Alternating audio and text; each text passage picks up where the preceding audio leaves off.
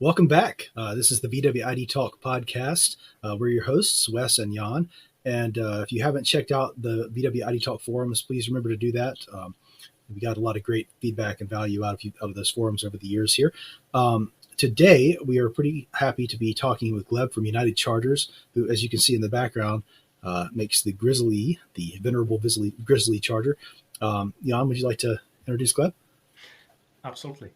Gleb, it is our pleasure to have you here today. Yes. So you're CEO and founder of United Chargers, the makers of the, I would call it, legendary Grizzl-E Charger.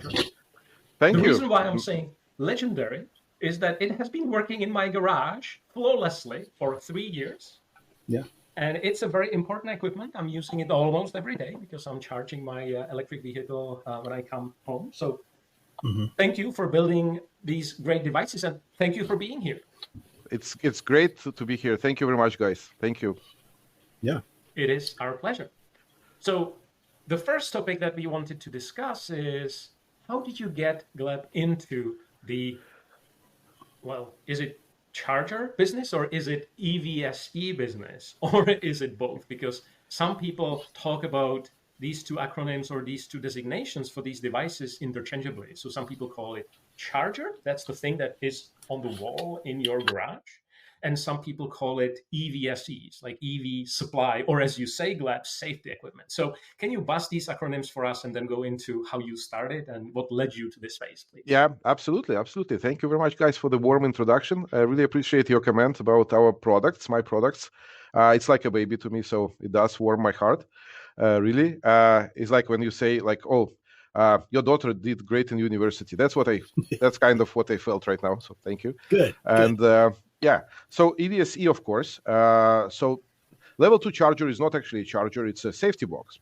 It's this equipment. The reason why there is no plug sticking out of the car, would be like a lot of people say, like, why don't you have just like a vacuum machine? When you just pull the plug out, a vacuum machine, plug it into the wall, and here you go, right? So the reason why there is an intermediary device sitting on your wall is because of the safety concerns, right?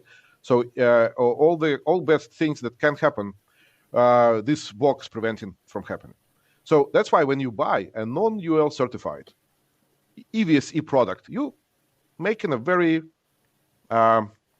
unreasonable decision, let's put it this way, because the UL certification rigorously tests the box for different faults, and and UL is very hard to achieve. Like we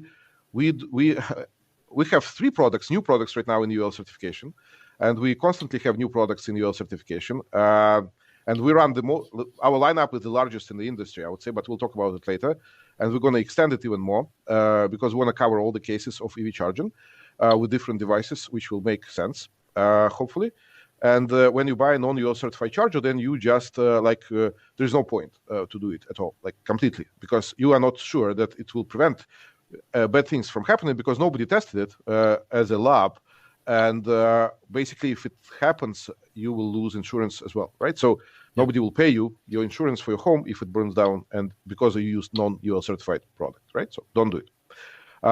Charger, like, it's not charging anything. It's just a breaker in the middle, which very precisely monitors what's going on.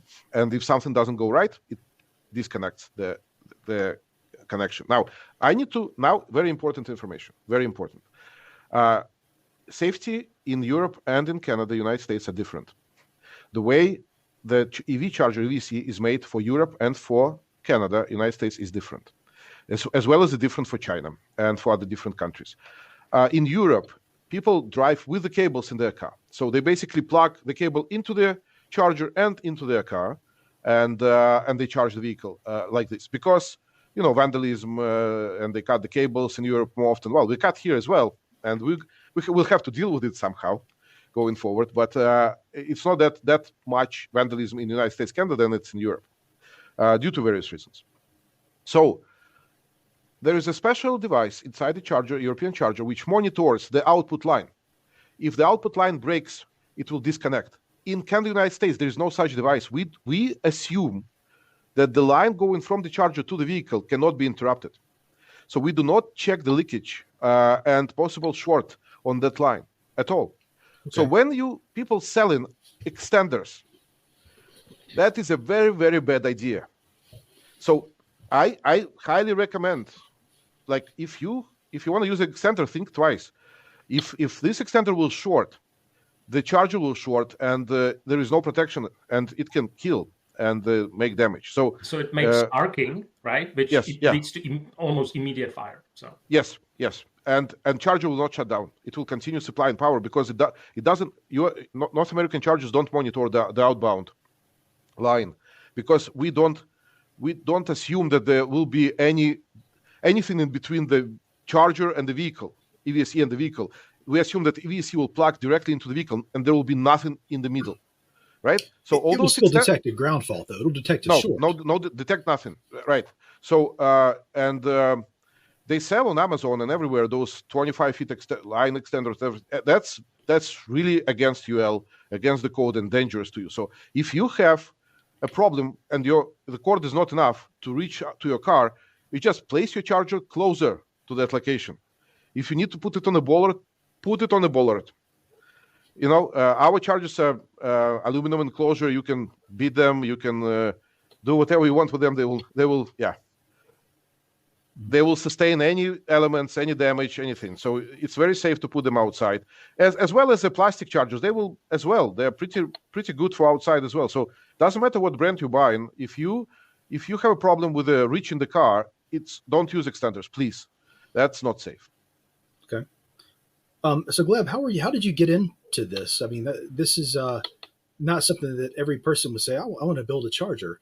It's been a moment. So I'm from a computer world. I'm a computer engineer, and my major is SAP. So I've been an SAP developer for about 15 years, maybe 17 years. And I've been working with in Canada and United States as a contractor and on many projects. Then I started my own business, and I had database, small database where I put servers in and I ran them out. That was popular topic at the time, and I had a lot of free space on my hand, because the servers, if they work, you don't have to do anything. If they don't work, then you wake up 2 o'clock in the morning and go and fix them until they, So if they're working, you have time. And at the same time, I bought Tesla. It was 2012. So I bought one of the first Teslas in Canada, and not because it's electric, but because it drives great. And I was looking for a kind of a sport car, and after testing all kinds of vehicles, and I drove Tesla, I just thought, wow, like that torque really, like from at any instant torque at any moment of time, and that was just like out of this world, right? So I went, and Tesla wasn't known yet that well at all, and I bought the car. It was a Gen 1 car, 85 kilowatt battery pack. So, and I was driving it around a lot of attention, of course, at that time. And, I was thinking, this is the future. This is where how it's going to be, because it's more efficient, it's cheaper to operate and maintain, and it's more fun to drive. So it's it makes sense. And I was thinking, wow, everywhere we'll have charging points. We'll have charging stations everywhere in the future. It's millions of charging points we need to be installed. Somebody would have to do it. Why wouldn't I do it? Why wouldn't I? That's a great business. It's why wouldn't I try to do it? So I went and did the research on the who's selling charging stations out there, and figured ChargePoint was a very prominent company at that time. They just started the business. It's been they just launched the first commercial product, maybe the CT4000. They just launched it. That was 2012, 13. So I called ChargePoint, and first what I said is I said, I want to own and operate my own charging network. So I want to buy those stations, install them everywhere, and make money out of it. And they said, no, don't do it. You'll go bankrupt. They were pretty honest with me. That's amazing. So they said no, not enough vehicles right now. And they've been right. Look at Blink. They've been bankrupted 3 times or 2 times maybe already. I don't know. They've been bought out twice, right? So, and they work on this, and pretty much every network so far is not I'm not sure if they are, but I don't think they're making money. Like it's due to various reasons, not because of not enough cars on the road, but because of electrical demand charges, most likely. That's what killing the whole industry, and availability of power and rates on electricity and that kind of stuff. Right now to charge an electric vehicle is pretty much the same money as you charge gasoline car, right? If you charge in a DC fast charger somewhere, you can pay $100 for 8,900 kilowatt hour easily, right? So, yeah, and that is the reality. And we don't have technology yet, but we need to fix that technology. And I hope I will put some part into it as well later going down the road when we talk about future. But yeah, so I started to sell charge point hardware in Canada, and first year I sold like 4 charging stations, and I installed them physically myself. So for the first couple of years, I've been operating out of my garage, and I've been going around at my free time. I talk to customers. I call them, saying, would you like to install a charging station? I think, what? Like charging what? For what? For the phone? So yeah, it was like nobody knew nothing. So I had to educate. I called like large corporations, and they go, yeah, okay, they want to put this green check mark, and they put one charger at front of their headquarters, and say, oh, look, we have a charging station. That's so cool. So yeah, so I was going and doing it myself on my car. Put the base on, drill the concrete, all that jazz, right? And connect the power with electrician, of course. I'm not an electrician, so I had an electrician as well with me, and that kind of stuff. So then in 2016, about 3 years later, I was selling enough chargers that I was able to open a small office, and that was made under a company called autochargers.ca, which still exists today. And this company is mostly doing installations and sell all kind of hardware, not Grizzl-E chargers, any hardware. So we sell ChargePoint, we sell Flow, we sell all other different brands, and and the company is doing pretty well. So then back in 2018, around 2018, we had a deal with Juicebox, where we made manufacturing of Juicebox in Canada under the eMotorworks agreement. Before Val sold the company to NL, we had an agreement with eMotorworks where we kind of manufacturing wing of eMotorworks in Canada with a profit sharing, and we manufacture and take care of the products in Canada. That was a very short assignment because Val sold the company, and NL refused to honor our agreement and basically put us on the verge of bankruptcy, because me and my business partner, my friend from school, who I know for 50 years now, 46 years, I think, 46 years. Yeah, he came and put some money in, and me, and we put all our money in that business, and NL just cut us off, and we like, what we're gonna do with all that equipment, with all that stuff that we bought, and we had no other choice that we hired electrical engineers, and we start to make our own charger. So that's how Grizzl-E was born. The Grizzl-E was born out of. It's pity to say that we probably put a nail in NLX North America, in the coffin of NLX North America, but I believe it's karma, because they didn't do well to us. They put us in a very difficult situation by not honoring the agreement we had with eMotorworks.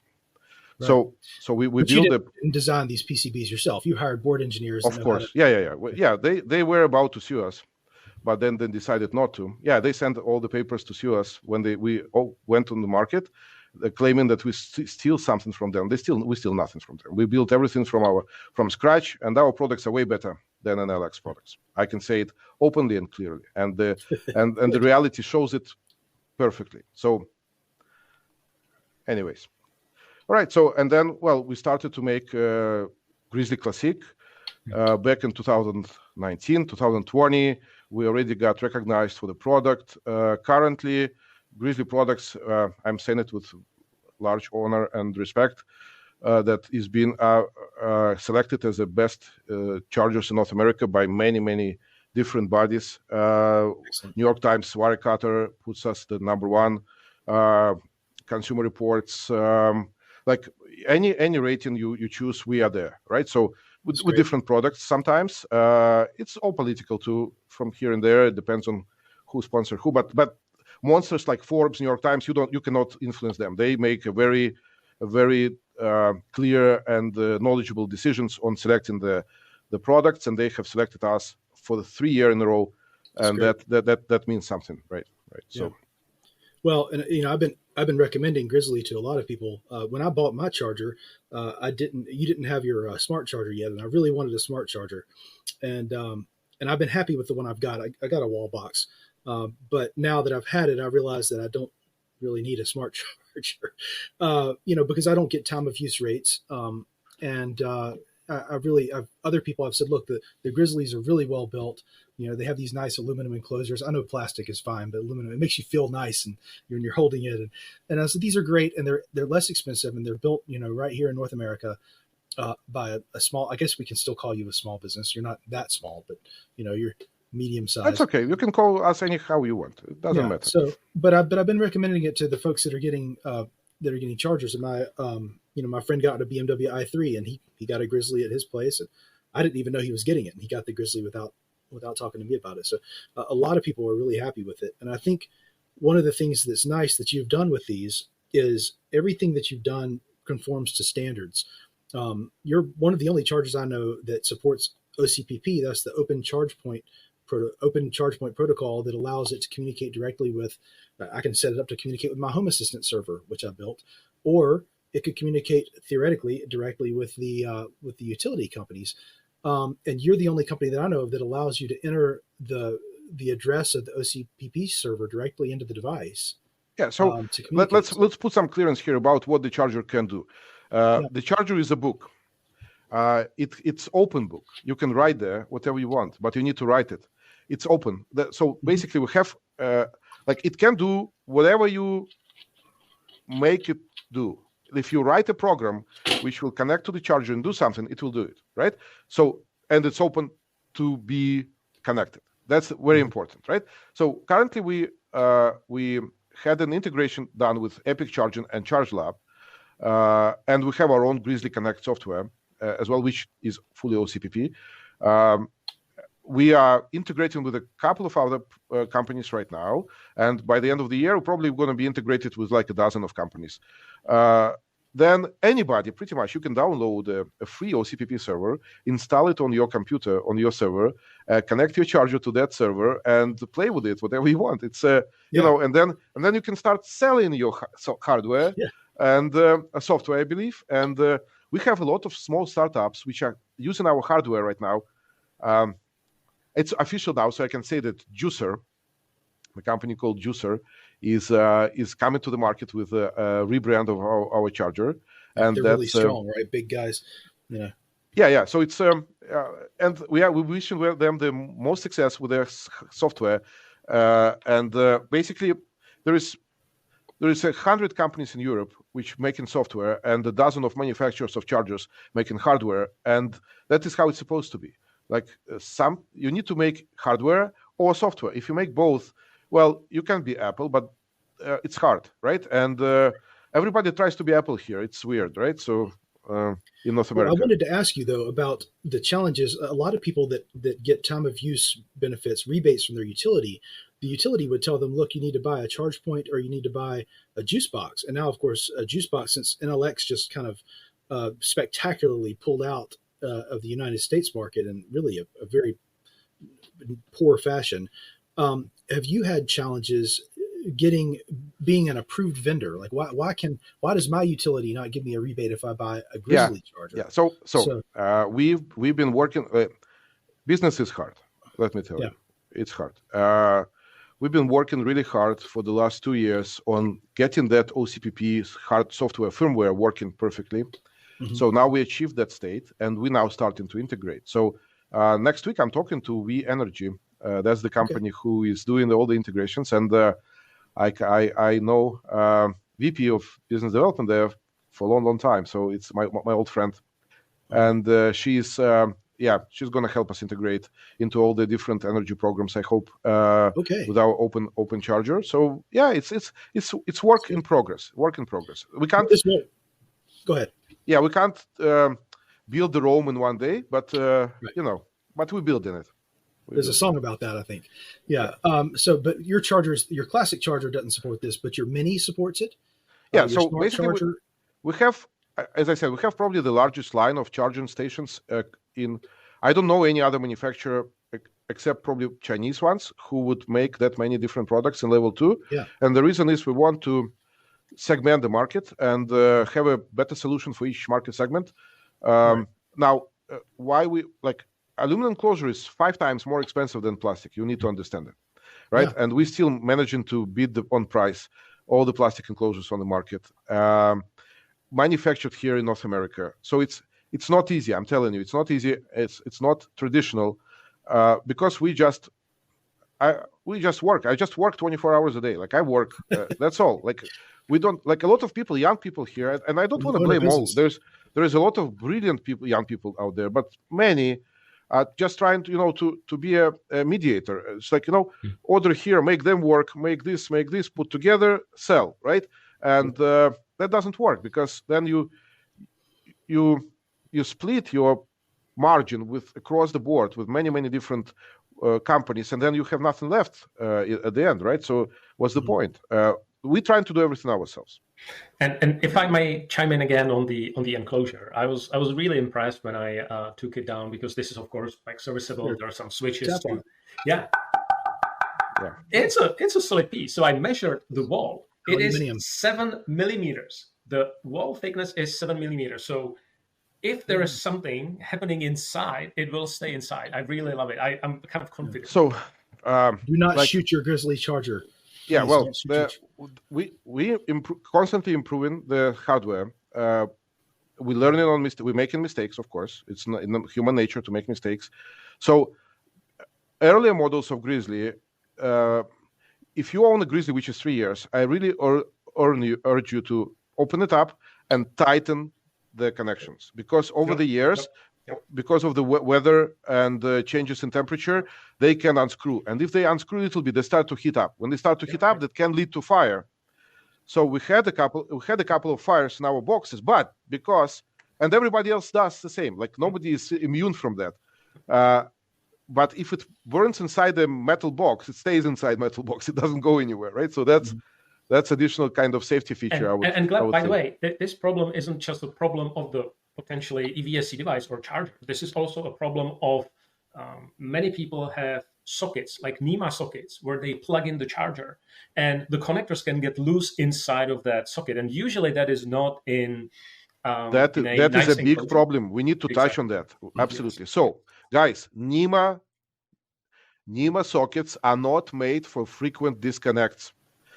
You cannot, if you disconnected your NEMA socket once a day or even once a month, you need every 10, 12 disconnects. You need by code. You need to open the box and tighten it up, and even make sure that the metal that is connecting to the connectors is tight because it's getting loose. And if it gets loose, it heats up. When it heats up, it burns. We have a lot of cases, and people blaming charger for it. We have 1-star Amazon reviews saying, "Oh, the charger burned the outlet." No. It's the outlet that burned So I think the learning is that if you're sharing one outlet with your dryer or some other device, please don't do it. There are splitters that allow you to NEMA 1450 is a dedicated outlet. Let's put it this way. You cannot have it like 110 volt, which you plug in, plug out. Right. It's a lot of power going through this outlet, and if it's loosened somewhere, it starts to heat. As soon as it starts to heat. Also, you don't want to buy one of those from the big box stores, right? The $10 one, the $10 1450. You want the Hubble one, right? You want the nice expensive one. Well, the rule of thumb would be always hire an electrician to do it. Licensed certified electrician to make sure that everything goes well. And even ask him, have you tightened the bolts to the proper torque?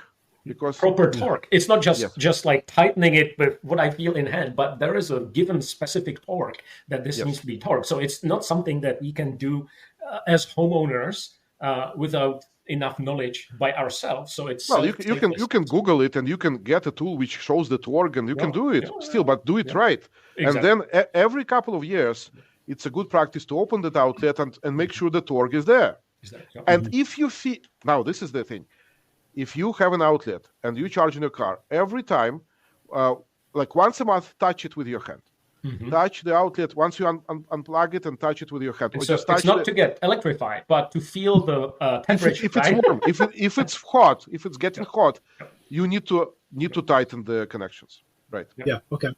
I wanted to ask you about your product lineup, because you mentioned earlier you wanted to segment the products, and I see you've got your new 80 amp ultimate charger there behind you on the wall, but not everybody can charge at 19 kilowatts. Not everybody has a Porsche or an Audi that has a 19, or I guess a F-150 Lightning would have. No, 19. So F-150 Lightning, we had this huge conversation on Twitter, and I didn't see that. It was a big so basically, if you use a Ford 80 amp charger which uses AC port, not DC, DC port, not AC, DC port, the CC combo, they have a combo port. Then on some models you can get 80 amps because it's going through the combo port. From J port, I believe this year they discontinued the 80 amp charging. In the previous, only on the fleet models, you can get it as a special order. On the previous models, yes, many models of Ford can charge from 80 amp, and they do. And I urge Ford to allow 80 amp charging for J plug for all your vehicles, because this is what needs to be done. Like GM and other of your competitors allowing it, Silverado is doing it, no problem, without any additional cost. It's not that much money to put the 80 amp converter in the car instead of 40 or 50.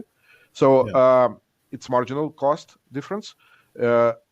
Basically, if we install those cheap 80 amp chargers everywhere, and all the car manufacturers will upgrade their onboard battery charger to 80 amp capability, then we will solve the problem of EV charging infrastructure pretty much. Yeah. Well, I was talking to somebody recently who, I was really telling them how much I love my electric cars, and they live in an apartment complex, and they don't have charging there. But I have another good friend that just got a lease on a Kia EV6. He's paying $250 a month for this lease, and his apartment complex has free EV charging. I don't know what, so he's not paying anything for his Well, fuel. cool. And so I mean, but we need that. So we need to be able to put these things everywhere. And but I think that I like that you have the segmentation, because not every, if you have an older Chevy Bolt, you're not going to be charging even at 40 amps. Yeah. Right. It's you can use your classic charger, or even I love the mini charger that you sell, because not only is it smart, but you sell it with, I could plug it into somebody's dryer outlet if I need to. Yeah. So mini, we that was the most difficult product for us to accomplish. It took us almost 3 years to finally get to the version which is really good. The previous version was good as well, but we didn't spend time and money on certifying it, because we knew we were going to add more smart capabilities to it. So now this version is fully certified and actually OCPP enabled, so you can keep it as your permanent charger at home. It comes with a cradle. You can put it on the wall and hang it on the wall, and then when you go for a trip, you just take it from the wall, put it inside the bag with all the adapters, and go. Right. So, yeah. Yeah, and we admired all the adapters that you're supplying with it, because if you going for some round trip or some road trip, and you rent an Airbnb house, then you can potentially plug it into the dryer socket or into a hot tub socket if such is available. There's a campsite adapter, and even campsite, TT30, you can use it as well. And then you have the 4-prong dryer adapter, and you have the what's the other 220? Oh, a 650. 650, right? Yeah. So that's really universal one. So if you deciding to upgrade the level 1 charger that is in the car, then this would be a great choice, because it will cover your everyday charging in your garage or at home, but also on the road. So yes, really good. That's what probably going to replace some of the wall-mounted products going forward. Probably. Yeah, it's great. Well, and it's small, and it's also a smart charger as well, right? So it supports the OCPP.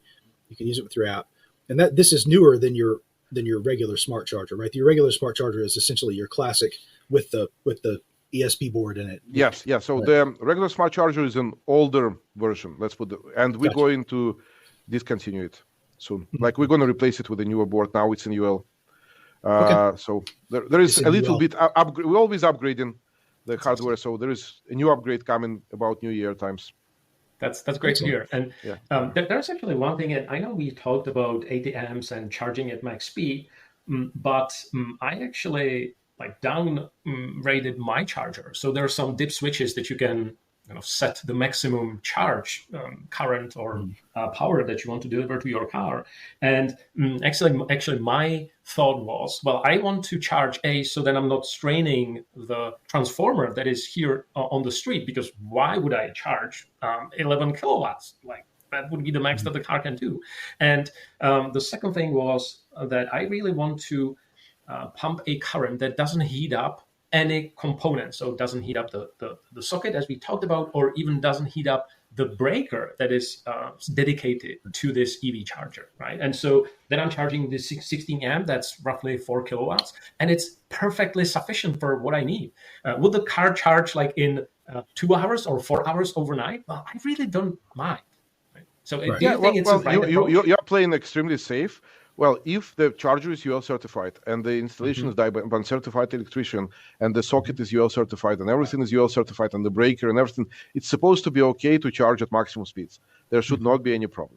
But again, if you want, and the car inverter inside the vehicle is supposed to be lasting the same amount of time, doesn't matter what kind of power it's going through. But again, with the lower currents, you might, if you want to play really safe, then you can downgrade a little bit. The reason why we have dip switches in there is that by code, if you can put it on any breaker, but you cannot change it through the app because app is easy to change, or it needs to be a physical something inside the charger, which is not that easy to access. That's why some people complain, why you don't put those switches outside? If you would put those switches outside, then it wouldn't be. The purpose was exactly to hide them inside the charger, so the electrical inspector say, okay, that's safe. Nobody will open them and change them.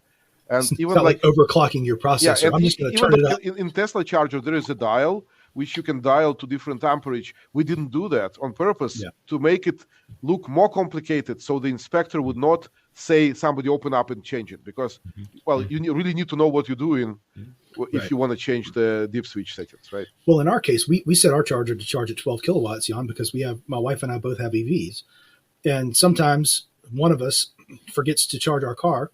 I'm not going to say which one, but then I can plug my car in, for 4 hours and unplug it and go plug hers in.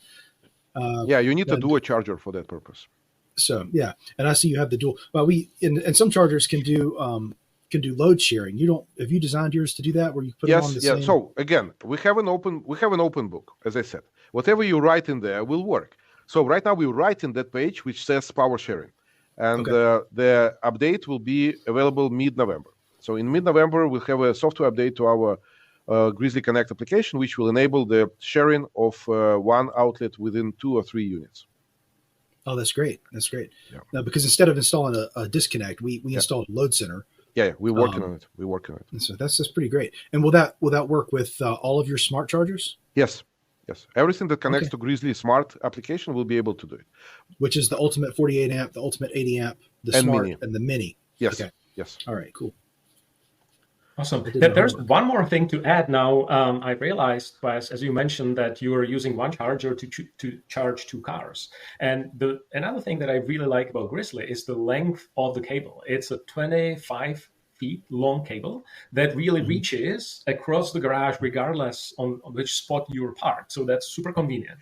But also the cable, some cables tend to be very stiff, especially when it's cold. But this one is made really well, so it rolls pretty neatly every single time. So, big kudos to you, Gleb, on that. Thank you. No, it's not that perfect how we would like it to be, but then you put in consideration the cost, the price, and the outcome. And I think for the money, it's pretty good.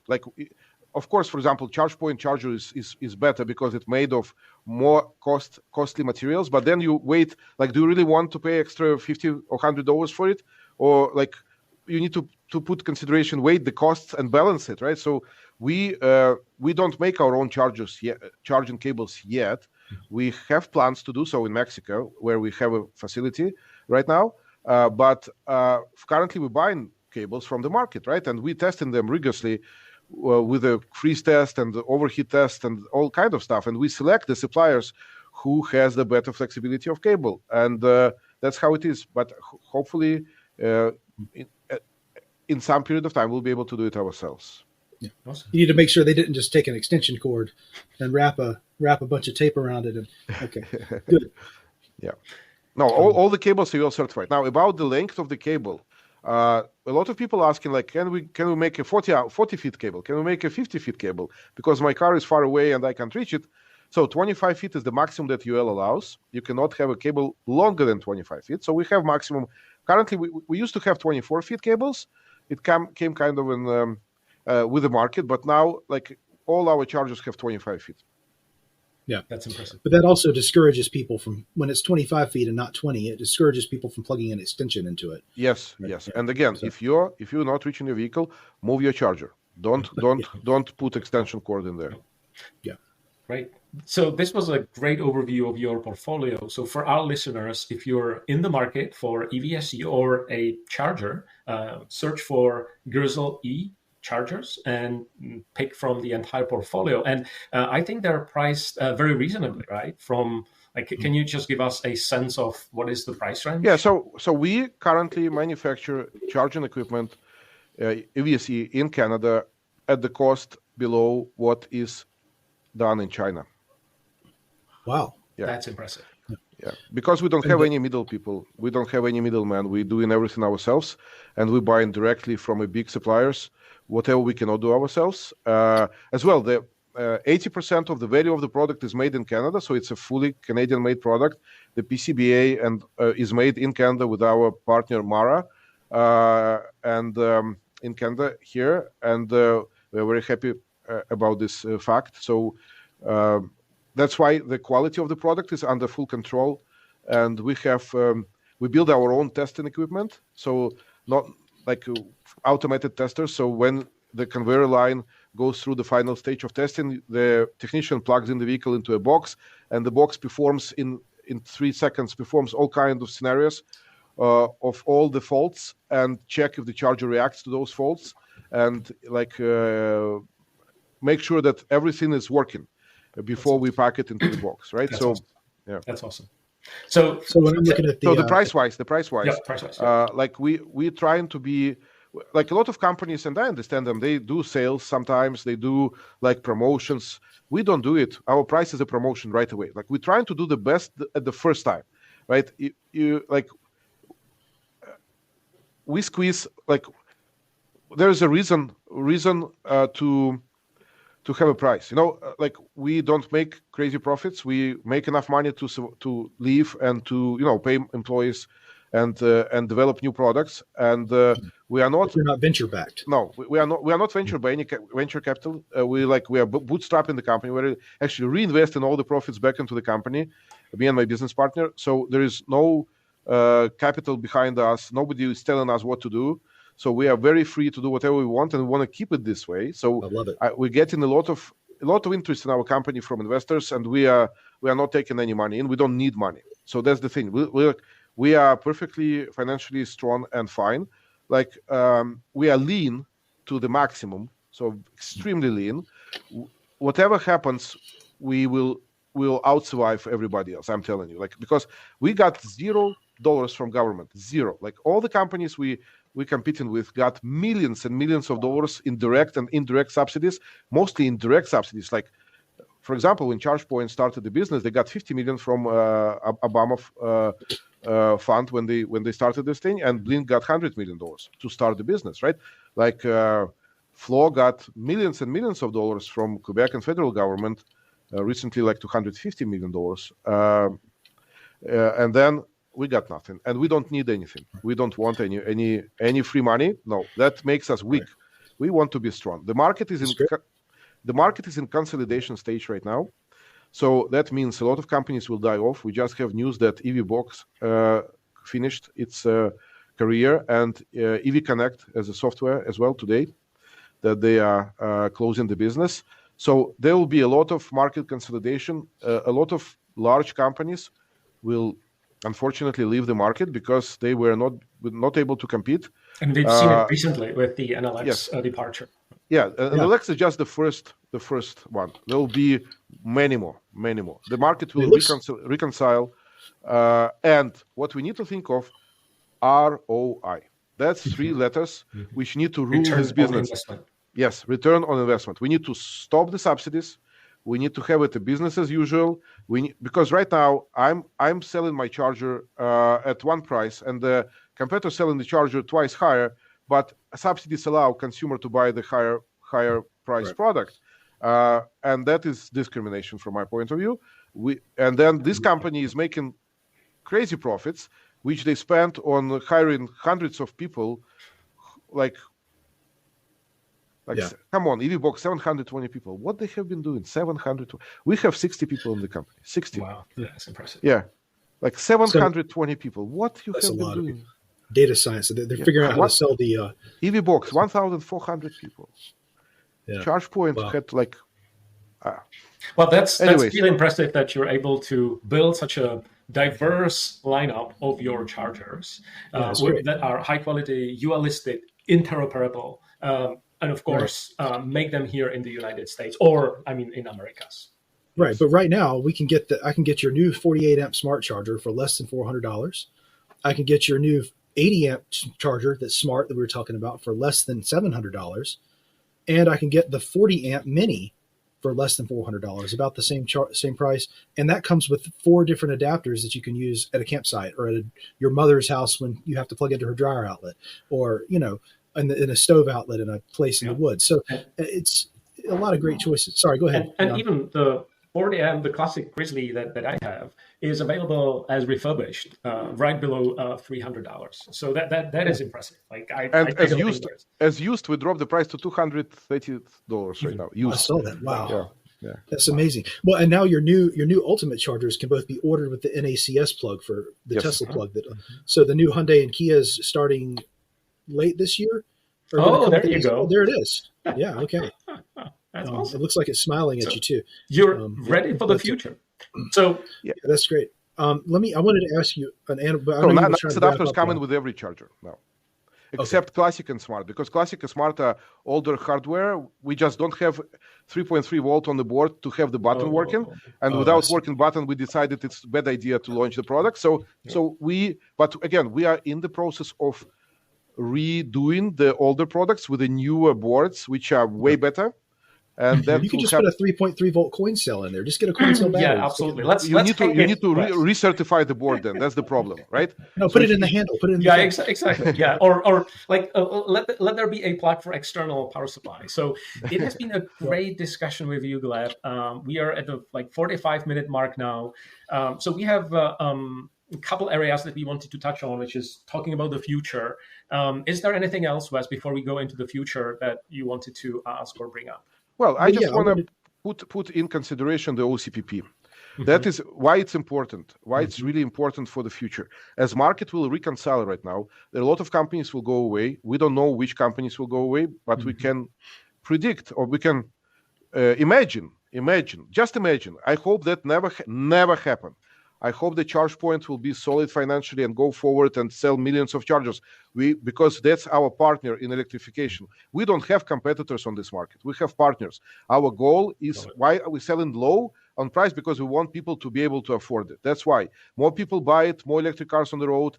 That's the circle which we need to keep going. We need to get rid of gasoline. We need to get rid of oil. That we need to get rid of wars, of dictatorships, and everything else that supports by gasoline and oil. We want to eliminate it.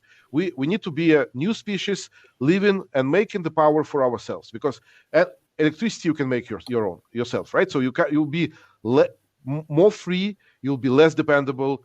That's why we're saying that all partners, no competitors. Love it. Now, if ChargePoint goes out of business, hopefully not, then what if they are not OCP compliant? That's going to be a huge hit to the market, right? It's going to NL will be just a miserable thing compared to that big hit. What is the potential of it happening? Might happen, might not happen. We don't know. But what if, right? What if? So that's why I say when you buy a charger, if you don't want to have your charger bricked or not fully capable of doing what it's doing, buy OCPP-enabled chargers. We are not the only manufacturer which makes OCPP-enabled chargers. I believe that there are a couple of more companies on the market which do it, but I cannot speak for themselves. We, at our website, if you go to the very bottom of the website, on the right, there will be a link how to connect our charger to the third-party OCPP network. So if you go to a manufacturer website of a product you want to buy, and there is no such link, I would think twice, honestly, to buy this charger or not, because even if they say they're OCPP compliant, the OCPP compliance can be on many different levels. We need a compliance on the box. So box can be switched to a different server, but through the Wi-Fi initial connection. So no server involved in the middle, nothing, no hardware, software, just the box. And I know that some companies do have it, and I really want everybody to have it. Everybody. Right. Well, that means that if I'm connected to some provider that's doing the OCPP and they go out of business, I can just log into my Grizzly interface and change the URL. Takes you 5 minutes. You reset your charger to a regional state, log into it, type in the new IP address of the new server, and here you go. And then you download their app and connect. And more than that, not only going out of business. What say they charge you too much, right? And then there is new guy on the block which charge half of that money, and really have cool features. Why would you have to stick with something that you don't really need or for cost open too standards? much? Yeah. That I wanted to ask you. I know we're trying to wrap up, but I wanted to ask about your the ethical treatment of animals, and when you with your manufacturing, when you have the bear putting the claw marks on the cases? Do you give does the bear get breaks? Like how do they make it perfect every time? We want to make sure you're treating animals. only treats and good health support and benefits. Full Good. benefits. Okay, all right. That'll make our listeners feel better. We're trying to, with our employees, we're trying to be the best as we could.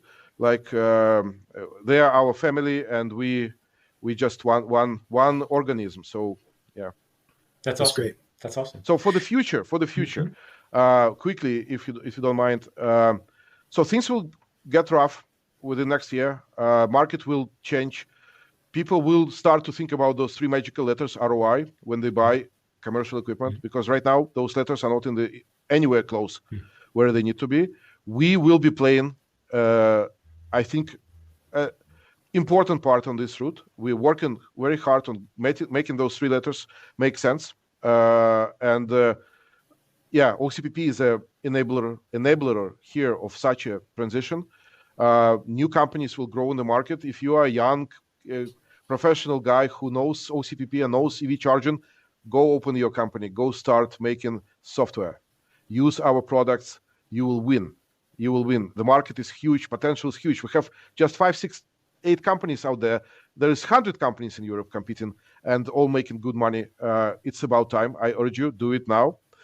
Second, DC fast charging technology, unfortunately, will go away. The current technology which we have is not sustainable. We need to work on a new technology. We're going to work on a new technology. Grizzly will work on a new technology as soon as we have enough time and money to do it. And it will involve hydrogen. So, and it will be off-grid charging locations. Yeah. So we're going to do it. We already started to work with one university on putting together the specifications for such equipment. Regardless of what's going to happen on the market or whatever, we're going to do it anyways, because without it, the electrification will stall at about 25-30% mark and never going to go higher. If we want to go through the 30% electrification, fleet electrification, we need to have this technology. Then, a lot of reconciliations on the market. A lot of manufacturers will drop the prices on the vehicles. The vehicles will become more affordable. Wireless charging. Okay. Yes. I wonder, because I was just my phone was just sitting on a charger. It's like a 20 watt, and it has been pretty heated up. So, how are you gonna harvest that excess heat that gets created when you charge at 2 kilowatts? As Elon Musk says, everything else is a guidance. The physics is a real thing, right? You can't beat physics. So physics tell us that the loss of energy is going twice for every distance you have. Like if you have that much distance, you lose 15% of energy. If you have that much distance, you lose 70% of energy, which goes into heat. That's for the wireless charging, right? So I think we need to use like some superconductor elements which work at the room temperature in order to achieve proper wireless charging. Until we get it, it's not feasible, unfortunately. I'm sorry. Those don't exist right now. That's bad news, but we need to be able to be super conductive at room temperatures to achieve that technology. You have to go to Pandora and get the unobtainium in order to... Whatever, yeah. Go to Wakabi? What is this country? No, Wakanda, yeah. Yeah, Wakanda. Get the stuff and, So it's. I think it's a great time to wrap up the podcast for today. To wrap up with superconductivity. So we got from the traditional ways of charging your cars into superconductivity. Gleb, we are so fortunate that we were able to host you on this podcast, and you accepted and shared all your journey and talked about your charging products with our listeners. Thank you so much for that. Thank you very much for having me. It was fun. I really enjoyed your company, and hopefully we're going to talk in the future again. Yeah, thanks a lot. We would love that. Thank you so much. So please subscribe to the VWIDTalk podcast so you don't miss the next episode, and keep discussing. Join the discussion at the VWIDTalk.com forum. Thank you. Bye.